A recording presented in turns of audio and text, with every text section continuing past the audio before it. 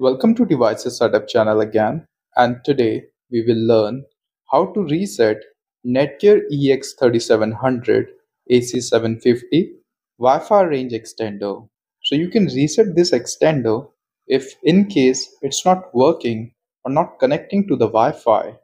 Also, please note that after reset, you will have to set up the extender again.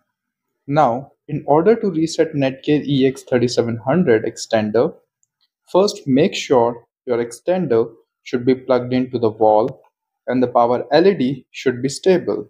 Now, grab a paper clip or anything pointed and put it inside the reset hole for around 10 seconds while the extender is still plugged into the wall.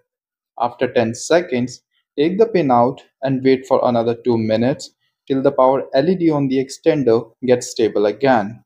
Now you will be able to see the Netgear extender factory default name in your Wi-Fi list.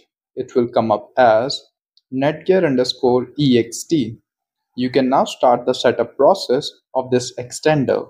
Watch our complete step-by-step guide on how to do it.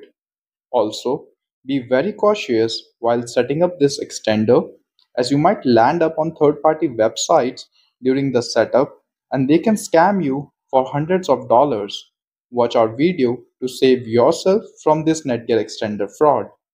Moreover, we do also provide independent support for different gadgets like printers, routers, smart TV, Roku, Alexa, extenders, etc. So if you need technical help with any home appliance, then you can get in touch with our technicians on our official website, devicessetup.com. The link is given in the description.